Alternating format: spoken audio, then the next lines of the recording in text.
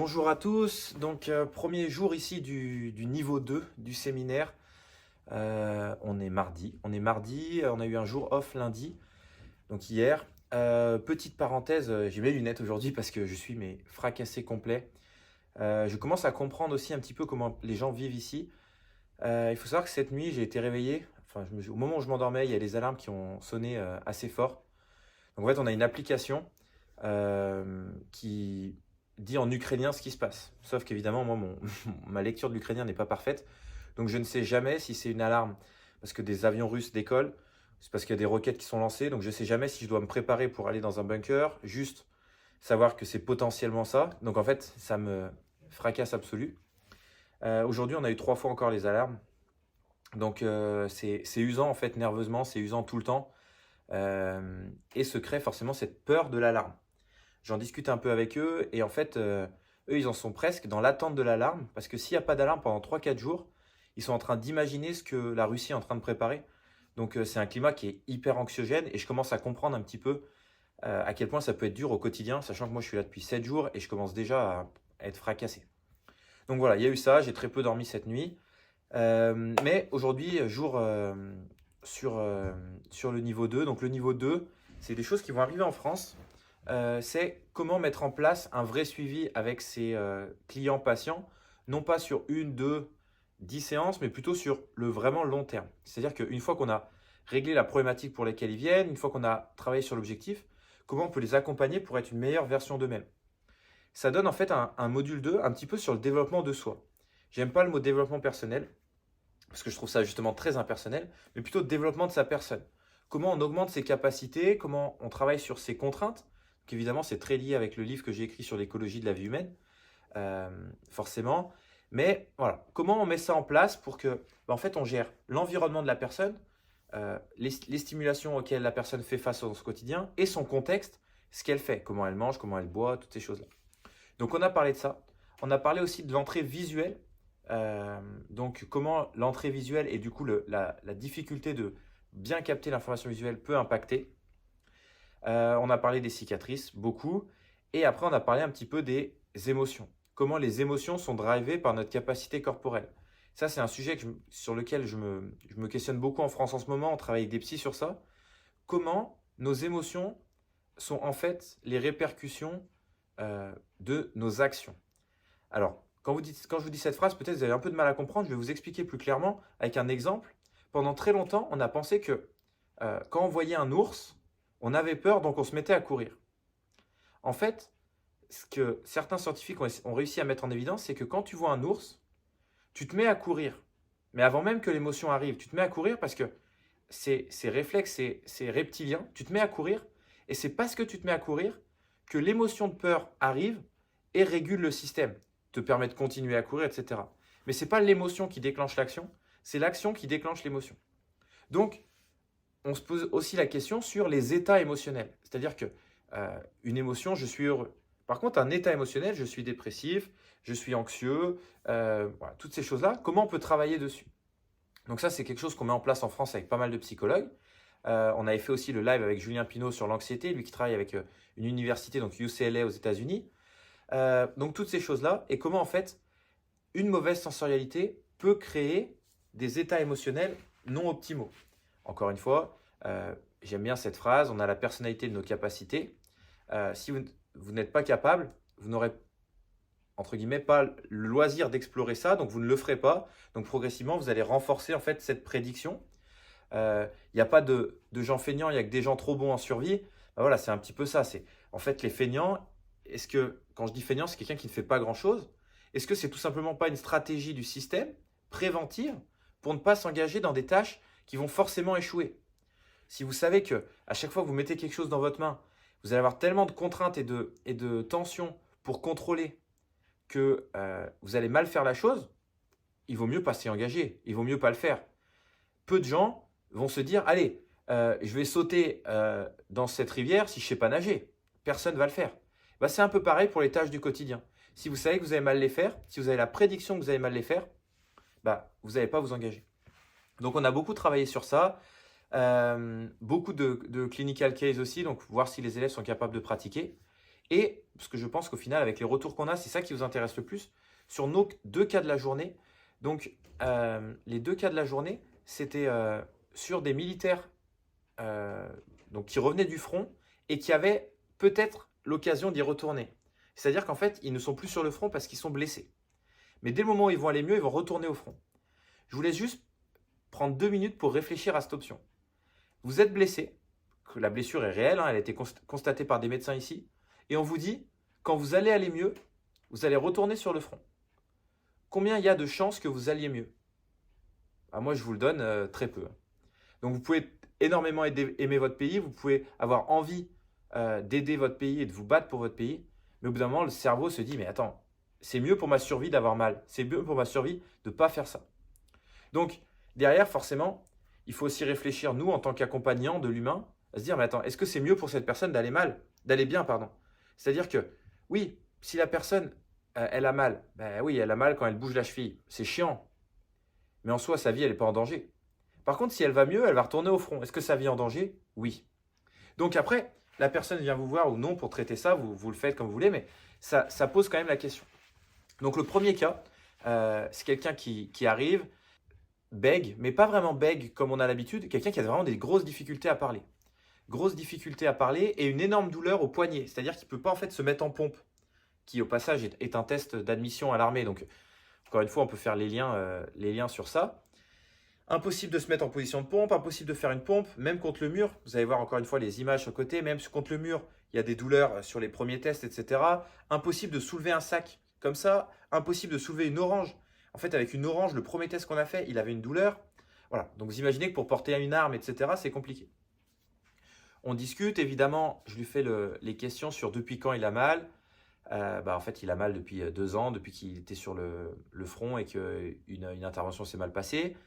C'est depuis aussi ce moment-là qu'il a du mal à parler, sachant qu'il avait des grosses difficultés à parler.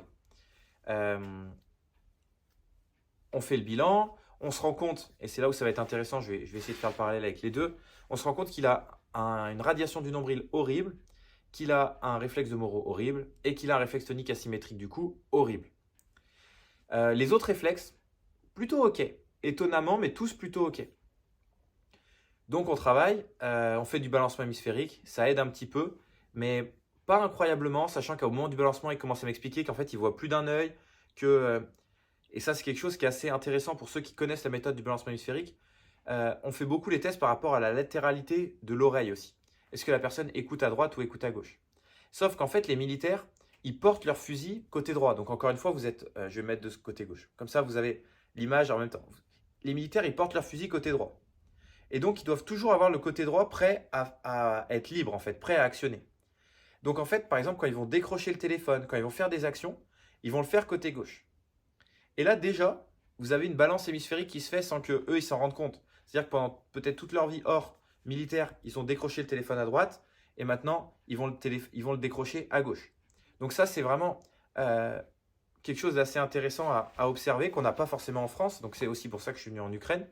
Voir comment une obligation de survie et de sécurité, non plus de soi, mais du pays, des autres, nous fait nous adapter et créer une compensation. Donc on fait le balancement hémisphérique, ça va un petit peu mieux, on prend des tests qui sont réalisables, on fait avec une orange, on fait avec un sac, on refait le test des pompes contre le mur, toutes ces choses-là, et ça va mieux. Un petit peu mieux. Derrière, on intègre la radiation du nombril, et je vais vous avouer le truc, je vous avais déjà dit ça quand je suis revenu de le vivre. Je pense qu'en cas de trauma, je pense qu'en cas de guerre, je pense qu'en cas post-opératoire, je pense qu'en cas de stress intense, la première chose à faire, c'est toujours la radiation du nombril. Toujours. Parce qu'en fait, au pire, même si la personne n'a pas la radiation du nombril, vous redonnez une connexion au corps, vous refaites du contact tactile sécuritaire, ce qui est la base de tout. C'est-à-dire que la radiation du nombril, elle joue sur la proprioception, où c'est que je suis touché, elle joue sur le sens tactile, et elle joue sur votre capacité à tenir debout, à être ancré quand vous êtes debout. Donc, elle joue sur le vestibulaire, le proprioceptif et le tactile, les 3 bases. Donc, c'est vraiment, si vous devez apprendre une seule chose, ça serait la radiation de nombril. Vous pouvez le faire à tout le monde, ça fait jamais de mal et ça redonne des capacités au système, donc c'est merveilleux. Donc, voilà, ça c'est quand même assez cool. On a fait la radiation de nombril, ça allait beaucoup mieux. beaucoup moins de douleur, notamment avec l'orange, où là, il avait plus du tout de douleur euh, au test. Donc en fait, vous le voyez que la première fois que je lui donne l'orange, il fait un geste comme ça, et puis là, il crispe ici, et on sent que c'est dur. Et la deuxième fois, il prend l'orange et il fait plusieurs gestes comme ça. Donc la douleur plus là. Évidemment, c'est pas parce que la douleur n'est plus là que vous êtes les rois du monde. Ça veut juste dire qu'on a neutralisé l'info et après, il faudra aller travailler tout ce qui se passe autour, toutes les structures, qu'elles soient articulaires, musculaires, tendineuses, etc. Et surtout, le truc marrant quand même, c'est qu'il s'est mis à parler mieux. Et donc, la séance s'arrête, il repart, et il y a une des élèves qui a la main qui dit, mais Lucas, comment ça se fait qu'il se met à mieux parler? En fait, le pourquoi du comment, en soi, mon hypothèse, c'est tout simplement qu'il a du mal à parler parce qu'il y a tellement de stimulation qu'encore une fois, parler est un stress énorme pour lui, que son cerveau, il doit déjà gérer plein de choses. Il y avait des cicatrices, il y avait ci, il y avait ça. C'est compliqué. Une fois qu'on a neutralisé les cicatrices, parce qu'on a aussi travaillé sur des cicatrices notamment à la main, ils ont beaucoup de cicatrices aux mains parce qu'ils se coupent, etc. Et en fait, elles sont évidemment horriblement cicatrisées, hein, parce que à mon avis, ils se coupent et le lendemain, ils repartent. Enfin bref, il n'y a aucun traitement de ça. Elles sont très moches visuellement. Elles sont, on sent vraiment qu'elles agrippent, etc. Donc, je pense qu'il y a vraiment aussi quelque chose à faire sur ça, sur la cicatrisation directement. Mais bon, ça, c'est entre guillemets leur problème du front. Et en fait, dès le moment où on a levé une des contraintes, le corps, il n'a plus à s'en occuper. Il peut s'occuper d'autres choses, comme les tâches, entre guillemets, annexes, comme parler. Parce que parler, face à nous, ça revient pas à la sécurité. Je suppose qu'il serait sur le front et qu'il doit donner une consigne, il serait capable de la donner. Juste à nous, nous expliquer comment il s'appelle et quel est son travail, pour sa survie, c'est pas prioritaire. Donc, qu'est-ce qu'il fait là? Il va jouer l'énergie, pardon, sur ce qui est prioritaire. Tenir debout, digérer, etc. À noter aussi qu'il n'était pas venu pour ça, mais on a fait des tests d'équilibre. Il avait un équilibre horrible. Et vous allez voir qu'après la séance, l'équilibre, c'est deux personnes différentes. Donc encore une fois, peut-être vous allez avoir le test là et le test là sur les avant-après. Mais vous allez voir que d'une personne qui est incapable de tenir debout, on passe à une personne qui est capable de tenir sur une jambe assez proprement. Vous avez des tests aussi sur une jambe avant-après. C'est assez fou. Et forcément, et ça c'est mon observation, mais pas que ici, partout, plus c'est facile pour vous de faire une tâche, plus vous pouvez vous concentrer sur d'autres. Plus c'est facile pour vous de tenir debout sans effort, ce qui devrait être la base pour tout le monde, plus vous allez pouvoir faire des tâches motrices pendant que vous êtes debout. Par contre, comment voulez-vous faire une tâche motrice comme lever quelque chose en étant debout si déjà être debout c'est trop? Donc ça c'était aussi une chose, le système vestibulaire et la façon dont vous allez tenir debout sont hyper impactantes. On va y revenir avec le deuxième cas. Donc le deuxième cas, c'était un militaire qui lui s'est fait prendre une mine ou une bombe au niveau de la jambe, donc une énorme cicatrice, plus aucune sensation au niveau de la cheville. Donc en fait, il ne sait pas ce qu'il fait avec son pied. Il est capable de conduire parce qu'en fait, il pousse avec le genou. Vous savez, il avance ou il recule. Aucune sensation. Pas de douleur, mais aucune sensation. Voilà. Donc en gros, le truc, c'était bon, je viens parce qu'il fallait des cobayes, puisque Anna, la doctoresse, a dit qu'il fallait venir. Mais je n'y crois pas. De toute façon, ma cheville, c'est foutu. Donc, il essaye. Je lui demande de faire les tests. Donc, on fait le test couché. Il a une rotation interne qui est genre comme ça et comme ça sur les chevilles. Externe, c'est OK. Par contre, quand on lui demande de le faire en actif, il est une cheville OK et l'autre, on voit qu'il force, mais il n'y a rien qui se passe. Il est vraiment endormi. Voilà. Donc, en gros, on fait ça. On fait des tests aussi d'équilibre. Donc, sur une jambe, sur l'autre jambe. Donc, forcément, la jambe forte, il est bien. La jambe faible, il ne tient pas du tout debout. Impossible. Voilà. Donc, on fait des tests comme ça. Qu'est-ce qu'on travaille? Nombril, RTAC, Moro. En tout cas, c'est ce qu'on trouve dans les tests. Pourquoi? Encore une fois, je vais en arriver là. Mon interprétation, et qui n'engage que moi, c'est qu'après un énorme choc, donc lui, pareil, il s'est fait donc prendre une bombe sur le front, et là, il est, enfin pas réserviste, mais il est, entre guillemets, médicalisé, et du coup, il n'a pas à retourner au front. Donc lui, il y a eu un choc qui fait qu'à ce moment-là, ils ont coupé une partie du nerf, etc. Enfin, c'est ce qui lui a été dit, une partie du nerf, il ne pourra plus jamais bouger sa jambe. Voilà, les trucs assez forts. Il a des cicatrices évidemment qui sont très grosses. Mais par contre, quand on le fait en passif, l'articulation, elle bouge. Donc, il y a la capacité articulaire. Après, est-ce qu'il y a la capacité neuro et connective de le faire? C'est ce qu'on va voir dans la suite du bilan.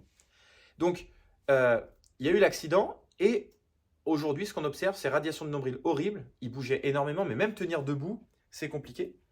RTAC et Moro. Et les autres réflexes, plutôt OK. Et en fait, ce que j'observe avec les militaires, c'est que je soupçonne les autres réflexes de ne pas forcément être OK, mais d'être complètement inhibés parce qu'ils n'ont plus aucune connexion avec leur corps. Et tous ceux qui sont venus en séminaire, vous savez que je commence toujours par la radiation du nombril pour permettre ensuite au corps de s'exprimer entièrement. Il y a beaucoup de personnes qui ne peuvent pas s'exprimer parce qu'en fait, juste, ils ne sont pas connectés. Là, par exemple, vous imaginez bien quelqu'un qui n'avait aucune proprioception, il ne sentait même plus quand on lui touchait le pied, il n'y avait pas de circulation sanguine. Et vous vous rendez bien compte que si vous allez tester les réflexes des pieds, il ne va pas avoir de résultat. Donc, voilà, on a fait les tests. Ce qui est sorti, qui était assez amusant, qui sort un peu de l'ordinaire, c'est que donc, quand il était debout, il avait un pied qui était tout blanc, un pied vraiment rouge. On sentait que le sang ne circulait pas de la même façon. Forcément, un pied actif, un pied inactif. Voilà. Il y a vraiment une énorme différence. Et aussi dans sa façon de marcher, il disait qu'il n'aimait pas comment il marchait, toutes ces choses-là. Donc là, qu'est-ce qu'on a travaillé? Radiation du nombril, encore une fois. Je travaille un seul réflexe, si ça doit en être un, c'est celui-là. Radiation du nombril. Le balancement hémisphérique, on a fait un peu, mais ça n'a pas été fou. Déjà parce que, vu qu'au niveau de la sensorialité tactile, il était tellement à la ramasse que je préférais passer par quelque chose de plus diffus, c'est-à-dire de plus cohérent pour le corps, et d'abord de le mettre vraiment dans une ambiance où il sent tout. J'ai fait un passage de lissage parce qu'on était un petit peu pressé. J'avais hâte de vous faire la vidéo. Non, c'est juste qu'on devait libérer la salle. Du coup, j'ai fait un passage de lissage, mais j'aurais pu en faire 10. Je pense que ça leur aurait aidé plus. Et je pense que dans les prochaines séances, c'est ce que je vais demander à ces praticiens de faire. L'intégration ISO et les travaux personnels. Évidemment, on a travaillé sur les cicatrices. Et derrière, on a regardé ce qui se passait au niveau de la cheville. Et ce qui est peut-être un moins gros résultat que ce qu'on voit parfois, c'est-à-dire que le résultat d'avant, encore une fois, vous avez le monsieur qui était incapable de tenir sur un pied, maintenant qui est capable de tenir sur un pied genre 10 secondes sans problème. C'est un peu Instagrammable, c'est beau. Là, par contre, ce qu'on a eu avec cette personne, ce qui était assez folle, assez fou, c'était que maintenant, il était capable de pousser qu'avec sa cheville. Donc, il avait quand même gagné en proprioception de fou, c'est-à-dire qu'avant, il poussait comme ça, et maintenant, il était capable de pousser comme ça. Par contre, incapable de le faire sans quelque chose ici. Dès que je mettais quelque chose, il poussait. Dès que ça enlevait, il forçait, et soit il faisait ça, soit il forçait, soit il ne bougeait plus. Donc, il était capable de forcer contre résistance. Par contre, aucune capacité à venir étendre, juste capacité à fléchir. Mais déjà, rien que ça pour lui, c'était énorme. Donc ça, c'était vraiment assez intéressant. Et du coup, c'est sur ça qu'on a bossé. Forcément, cette personne part. Tout de suite, il nous a dit « Ouais, je suis vraiment fatigué, ça me fatigue vraiment. » En fait, il a presque crampé des mollets parce qu'il n'avait plus l'habitude de les travailler. Et là, qu'il les retravaillait, c'était assez fou pour lui. Il n'avait plus ressenti de sensation musculaire ici. Et derrière, je lui donne un petit exercice, c'était de pousser contre une balle avec son pied. Et là, il commence à me dire « Oh, ça me fait des chatouilles dans les pieds, je suis plus sensible. » Alors qu'en fait, il était insensible avant et ça lui a redonné une part de sensibilité. Est-ce que c'est bien ou pas bien? Ça va dépendre de ce qu'on en fait. Donc là, les exercices pour lui, ça va être venir progressivement appuyer avec la pointe des pieds. Donc, on lui a donné l'exercice de se mettre sur la pointe des pieds parce que ça, il y arrivait. Il sentait que ça lui faisait vraiment travailler les muscles. Il sentait autant le pied gauche que le pied droit. Donc, il avait des bonnes sensations dessus. Donc, la première semaine, on fait ça. Ensuite, évidemment, travailler sa cicatrice. Donc, nous, on a donné l'huile essentielle, mais aussi aller voir un kiné et puis peut-être quelqu'un qui bosse sur les fascias pour aller voir comment ça s'organise. Évidemment, les émotions qu'il y a derrière. Et puis, la radiation du nombril. Donc, tout ça, c'est des choses qui vont arriver après. En tout cas, ce qui est sûr, c'est qu'en se mettant debout, il a dit qu'il se sentait plus stable. Il bougeait moins sur certains tests d'équilibre. Donc ça, c'est des choses assez cool aussi pour le futur. Ce que j'ai essayé d'expliquer aux élèves et que j'aimerais bien aussi que tout le monde comprenne, c'est que de temps en temps, on a des résultats qui sont incroyables. Notamment avec des gens qui sont allés voir 10 médecins, 10 kinés. Et d'un coup, vous trouvez la solution et vous avez l'impression que vous êtes meilleur que les autres. La vérité, c'est que vous avez peut-être trouvé la bonne entrée, mais que les autres sont nécessaires. Qu'il faut envoyer chez le médecin, qu'il faut envoyer chez le kiné, qu'il faut envoyer derrière chez les autres praticiens. Parce que, par exemple, cette personne-là, oui, on a trouvé l'entrée où potentiellement les docteurs, ils n'avaient peut-être pas cherché, ils en ont tellement, ils ont dit tu ne bougeras plus la jambe, basta. Mais le but derrière, c'est ok. Et j'avais des kinés aussi dans la salle qui ont dit mais maintenant on pourrait travailler, tu penses, en passif, en actif, avec des pile rise, avec des trucs comme ça. Je dis mais oui, de façon progressive et en redonnant de la sécurité et de la sensorialité. Donc là, par exemple, il a de nouveau accès à sa flexion ou à son extension selon les muscles dont on parle. Let's go, allons la travailler progressivement. et ça va lui donner du confort et des capacités. Ce qui se passe avec ces gens-là, c'est qu'ils n'étaient pas capables de faire quelque chose depuis 2 ans, donc ça faisait 20 mois. Donc 20 mois qu'il ne pouvait plus bouger. Même quand je ne lui disais pas que j'avais le dos tourné, je voyais qu'il essayait de s'entraîner à bouger. Pourquoi? Parce que c'est nouveau pour lui et il a envie d'apprendre, il est curieux de découvrir ça. Donc forcément, lui dire d'y aller progressivement, respecter ses muscles qui vont travailler de façon nouvelle, et puis progressivement augmenter la proprioception. Peut-être aller faire des chaînes croisées, peut-être aller faire de la thermoception, du chaud, du froid, peut-être aller faire différentes textures. Toutes ces choses-là, ça va être travaillé progressivement. Et ce que je veux que les gens gardent en tête, c'est de temps en temps, on a des résultats qui sont fous. La petite qui était incapable de tenir debout, qui se met à tenir debout. Par contre, si vous voulez que les résultats tiennent dans le temps, ou si vous voulez avoir de toute façon des résultats, il faudra travailler progressivement, régulièrement, et en vous entourant aussi d'autres spécialistes. Donc là, par exemple, ce n'était pas les résultats miraculeux qu'on peut voir avec des avant-après de folie. Par contre, quand quelqu'un qui n'a pas pu bouger sa cheville, parce qu'il n'a aucune sensation depuis 20 mois, se met à être capable de venir pousser contre vous, c'est miraculeux. C'est-à-dire que c'est merveilleux. C'est un résultat qui est énorme. Ok, comment on le bonifie? Et c'est aussi ça. Votre but ne doit pas être de faire des avant-après Instagram. Votre but doit être d'avancer pour la personne avec son écologie et ses objectifs. C'est pour ça que l'objectif, il est hyper important. Quel est l'objectif de cette personne? Là, c'était tout simplement être capable de pouvoir conduire. Ça, c'est un objectif efficace. En fait, il pouvait conduire, mais comme ça, donc il n'était pas précis. Donc là, il voulait pouvoir être capable de conduire, entre guillemets, en sécurité. Vous imaginez bien que faire ça, pour conduire, c'est quand même plus que très bien. Ok, on va travailler sur ça. Et c'est vraiment là que je voudrais que vous réfléchissiez, tous ceux qui pratiquent sur les réflexes, et mes élèves, qui je pense vont être beaucoup de mes élèves à regarder cette vidéo, comment vous intégrez votre pratique de réflexe dans votre pratique globale, qui est votre métier, kiné, ostéo, coach sportif, dans l'écosystème de la personne, avec les autres professionnels, avec ce qu'il est capable de faire, avec ses contraintes. Et en fait, ça fait vraiment réfléchir parce qu'en Ukraine, les contraintes ne sont pas les mêmes. Là, quand je demande aux gens combien ils dorment, ils dorment 3 heures par nuit. Dès qu'ils dorment, ils font des cauchemars. Quand ils ne font pas de cauchemars, il y a une alarme qui sonne. Potentiellement, ils peuvent être appelés pour aller à l'armée, même s'ils sont blessés au milieu de la nuit. Le contexte, il est différent. Donc, comment on bosse avec ça? C'est pour ça que c'est intéressant de bosser avec différents publics pour améliorer votre adaptabilité. L'autre chose que j'observe, et ça, c'est mon questionnement, donc si vous avez des pistes là-dessus, moi j'en ai, mais je vous les donnerai à la fin. Si vous avez des pistes, écrivez-les en commentaire. Normalement, on les a réactivés. Les commentaires, si vous n'avez pas pu commenter les premières vidéos, c'est normal. En fait, pourquoi la guerre vient surtout agir sur le système vestibulaire? Ce que j'observe, c'est que tous les autres réflexes semblent presque inhibés. C'est-à-dire qu'on voit des petits trucs, mais on sent que c'est pas possible qu'ils s'expriment pleinement. Par contre, les vestibulaires, c'est la cata pour tout le monde. Nombril, Moro et RTAC, c'est la cata. RTL, je vous passe le truc, c'est horrible. On met la tête à l'envers, ils sont à 2 doigts de tomber. Il y a un des tests, je ne sais pas si vous allez pouvoir voir la vidéo, je ne sais pas si c'était dans un bilan que j'ai filmé, d'une personne, on lui met la tête à l'envers et il se met à tourner dans tous les sens. Vraiment catastrophique. Voilà, donc ça, c'est quelque chose que vous allez voir souvent. RTAC horrible et Moro horrible. Donc pourquoi ça? Voilà, c'est la question que je vous pose. Essayez de me donner la réponse. Je vous donnerai la réponse, en tout cas ma réponse, demain après le dernier jour du séminaire. Voilà, j'espère que ce genre de vidéo vous plaise. Toujours pareil, si ça vous plaît, n'hésitez pas à partager sur Instagram, sur Facebook, sur tous vos réseaux. Et puis je vous souhaite une très bonne soirée. On se retrouve demain pour le dernier jour de séminaire.